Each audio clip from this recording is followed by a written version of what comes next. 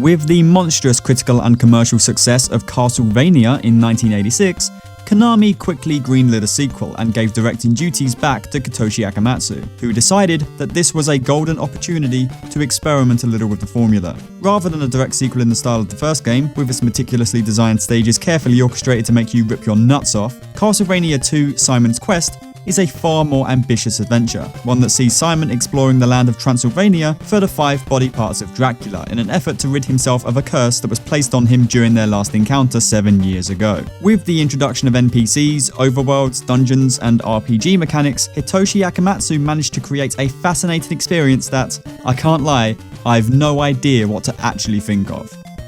I will definitely applaud the ambition of this game. NES titles that allowed the player to deviate from the beaten path and explore a large overworld were a rarity this early on, with Nintendo's own Zelda and Metroid series only predating Simon's Quest by roughly a year. So this was a bold direction to take the series just 2 games in, and generally, I quite appreciate the change in focus. Another title in the exact same vein as Castlevania 1 might have felt a bit redundant so soon, so this new approach feels quite refreshing. The NPCs scattered around the towns can be quite amusing as well. Some of them may provide you with an interesting riddle, some of them might flatter you, whereas some might simply tell you to get fucked. But either way, hearing what each of them has to say can be quite amusing. I like that they decided to add a bit of life to the land of Transylvania, as it makes the constant looming threat of folkloric monsters more threatening, because this place is actually populated by people who spend their days strolling aimlessly back and forth. These towns are also where you'll find vendors. Well, I say vendors, they're just random people who want your money, who will sell you items and even new weapons with higher power and greater length that you can equip to help you on your journey.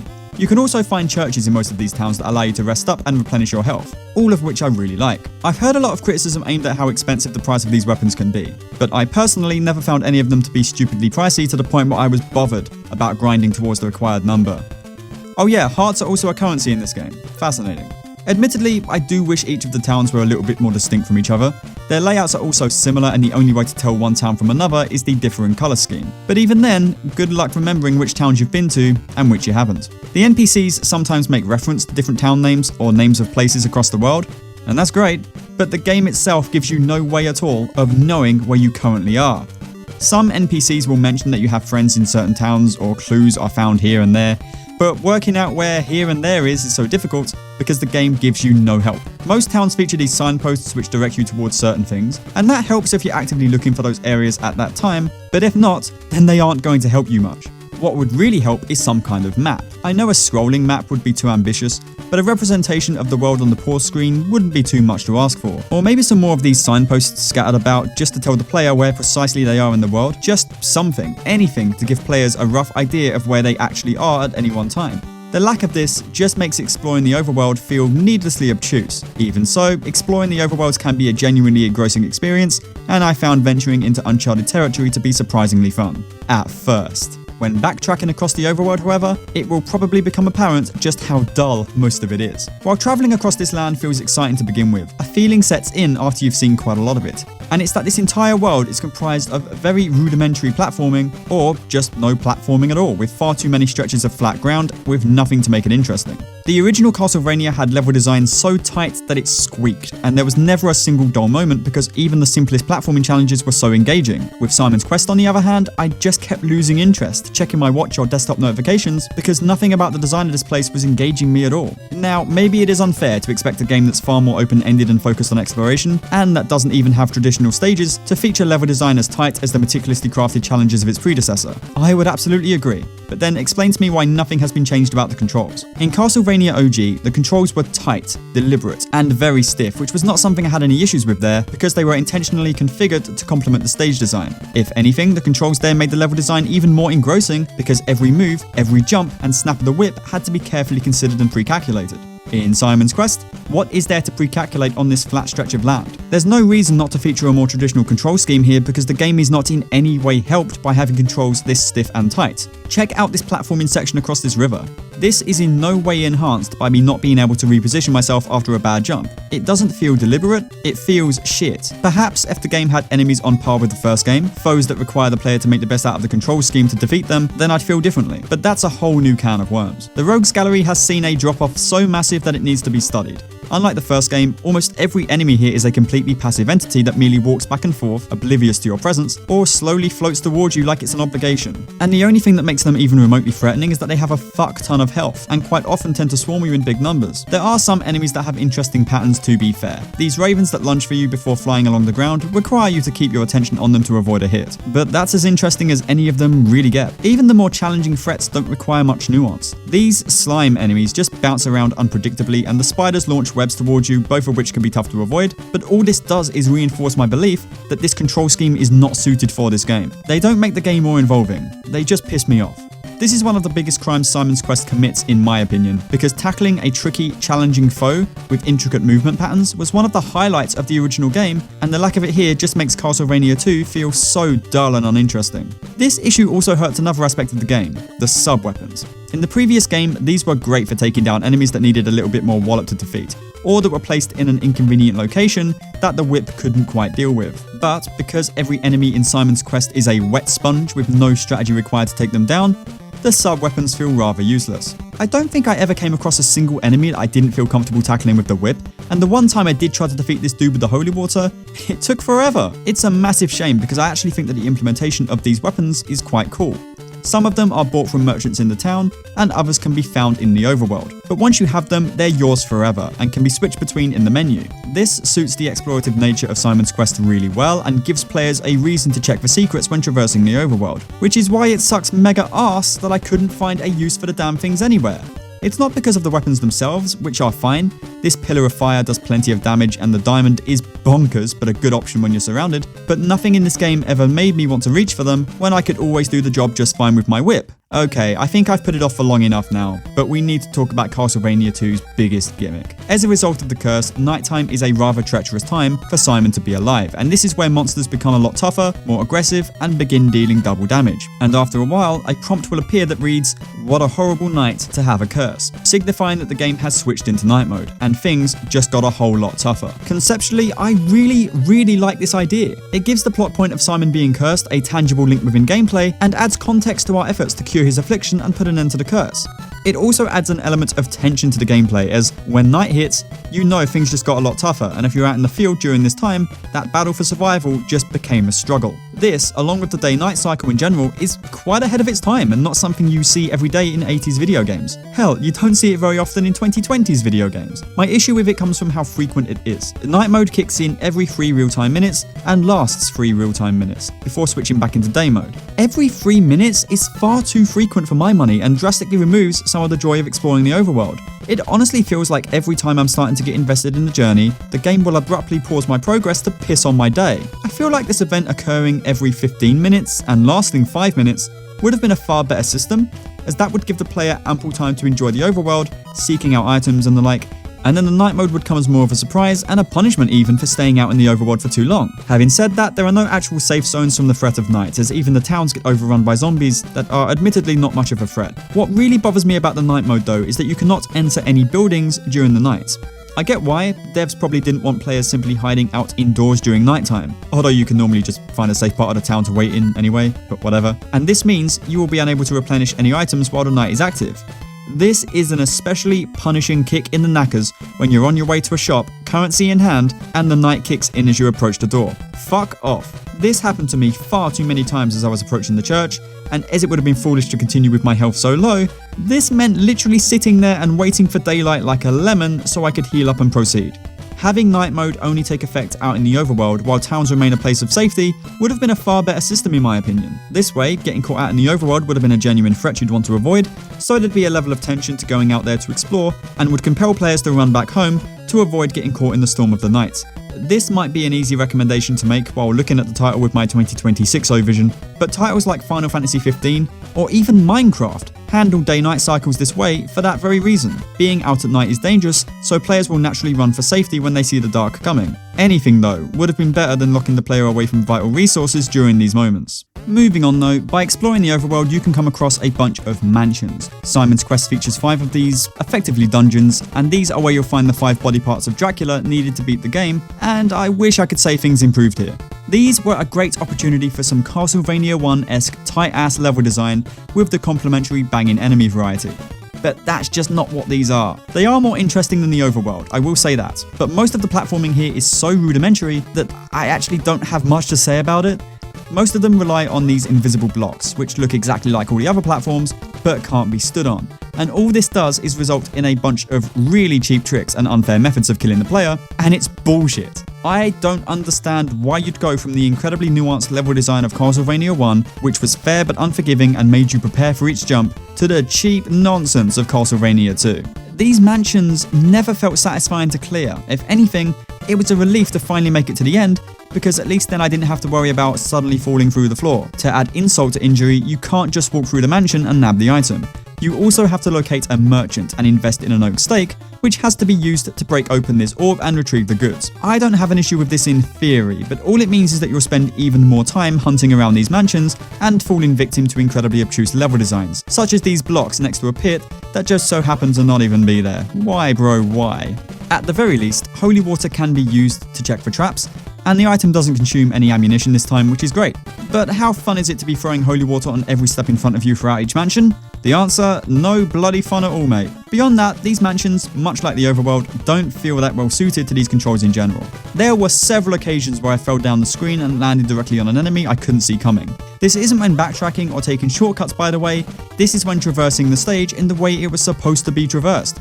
And this baffled me, because shit like this never happened in Castlevania OG. And it's not exclusive to the mansions either. I've had this happen in the towns, which have inconvenient puddles of water just waiting for Simon to come splashing down into, and it happened far too frequently that I would go from one screen to another and get immediately walloped by an enemy placed too close to the transition area. This is such an amateurish level of bollocks that I can't believe it was made by the same man who created those meticulous stages in the previous game. Oh, and before I forget, out of the 5 mansions in the game, only 2 of them actually have boss fights, which is nuts. The previous game was, and still is, famed for its boss battles, so for this game to have just 2, outside of the final boss, is madness. And how are those 2 fights? Ugh, they're so pathetic. This giant face just floats around doing nothing of worth, and Death, yes Death, gets stunned by the whip so easily that it's actually hard to believe. How the mighty have fallen, eh? God, this review is so negative. I wasn't expecting this to be this grim, and we're not even done. We haven't even covered what is, without question, the worst thing about Simon's Quest, specifically the English release. And with that, everybody knows what I'm talking about. See, progressing through this adventure, finding the mansions, items, and seeing the ending, depends on you hearing out the various NPCs and finding the 13 clues scattered around the overworld and within mansions. Unfortunately, this is an 80s NES title, so as you can imagine, the translation work is a little, it fucking stinks. Some, and by some I mean most, of these clues are so poorly translated that they actively impede the player from making any form of progress. Some divine examples are the clue that reads, "Wait for a soul with a red crystal on Deborah Cliff," which suggests you need to wait for someone, but this is a mistranslation of "press a red crystal against the Deborah Cliff, kneel, and the wind will take you," which is far more accurate as this is what you need to do to reach one of the mansions. My absolute favourite, however, is "The curse has killed the laurel tree," which is a mistranslation of "a person without living laurels will perish on the cursed swamp," which tells you to use the laurel item to avoid damage.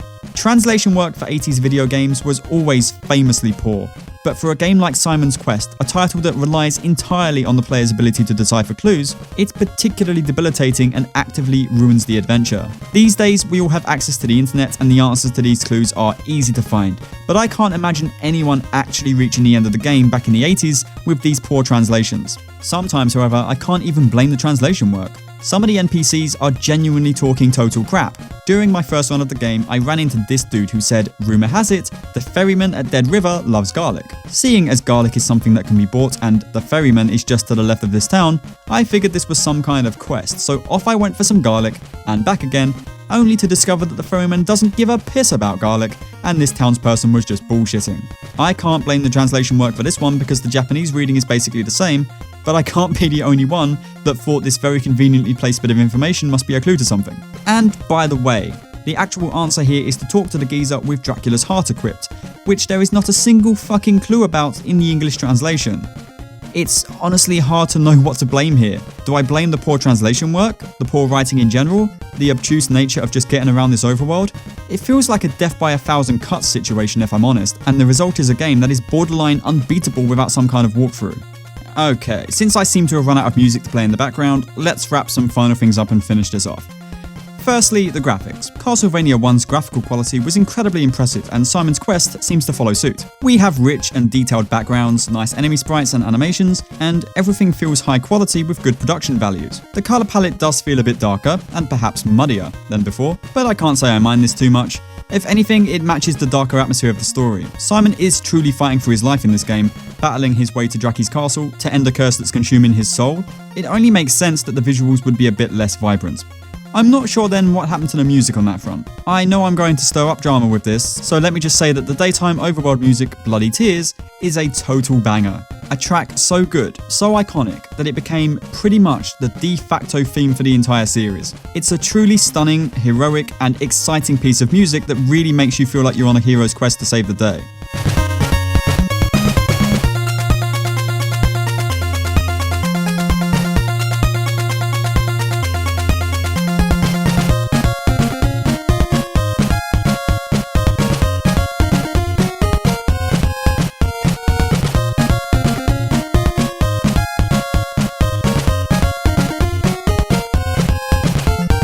Aside from that though, the Silence of Daylight, which plays in towns during the day, is a fine piece of music, although I don't find it particularly memorable or catchy. It's still a nice, chilled, relaxing tune that suits the vibe of casually strolling around town, but it's not a track I'll be listening to outside of the game.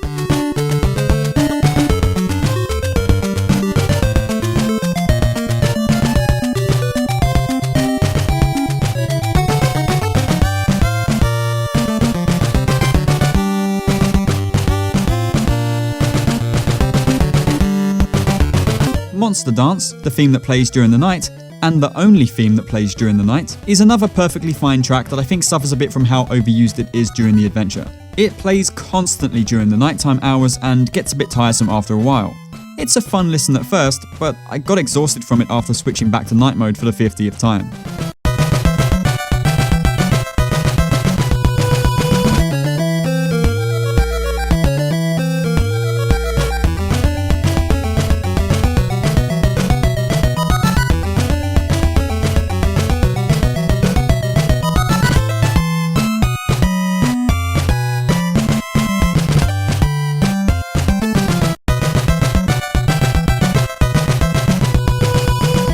The mansion theme, Dwellings of Doom, follow suit in this regard. Given we're traversing creepy haunted mansions full of monsters trying to save our hero's soul, this track sounds more like we've accidentally stumbled on some kind of monster disco. It's fine in isolation, but it's yet again the only track that plays during any of the mansions, so starts to get rather irritating after a few visits. Maybe this is the PTSD of falling through invisible blocks talking, but while I can appreciate the composition, the track just grates on me now having finished the adventure.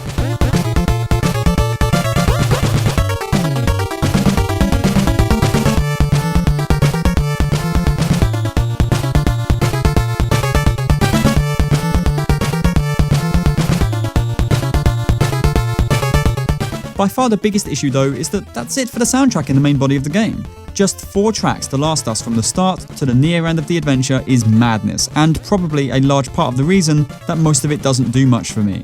With the exception of Bloody Tears, the rest of the OST just started to grate on me. It's also lively and lighthearted when I feel like, for a game that's significantly darker and smaller scale plot-wise, it should be more grounded and melancholy.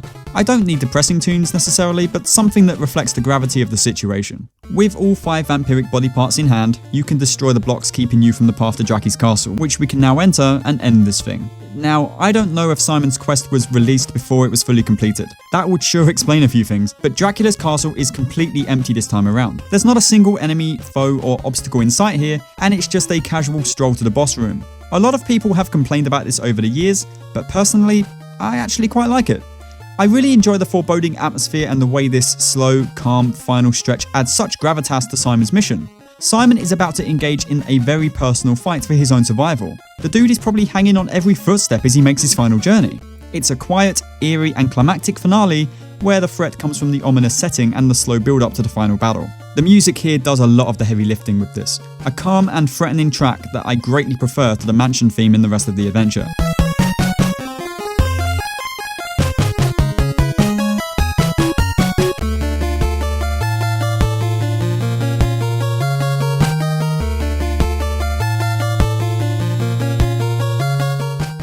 when we finally reach the altar and use the 5 body parts to summon the ghost of Nosferatu, he joins the other fights in the game as a total laughingstock. It's hilarious that I can't even tell what's actually going on in the battle, and yet I still win no effort.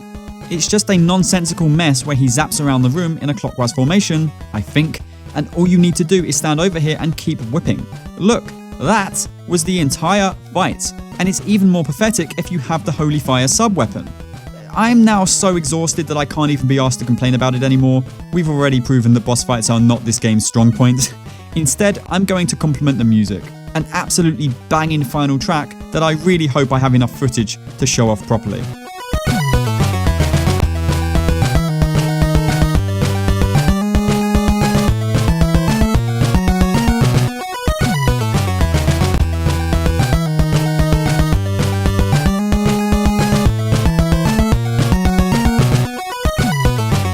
And with that, Simon's quest comes to an end. One of 3 endings actually. Depending on how quickly you beat the adventure, you'll either find that Simon dies of his wounds after the battle if you get the bad ending, Simon defeats Dracula then dies of the curse in the normal ending, or Simon defeats Dracula and is freed from the curse in the good ending. But, due to translation errors, the text for each of these is incorrectly assigned to each ending, which is bonkers actually and not worth the effort at all. To get the best ending, the player will need to beat the adventure within 7 in-game days. You would need to know the game inside and out to do all of this in such a short time. And I'll tell you right now, there was no way I was doing all of that just to get the clip for this silly little video.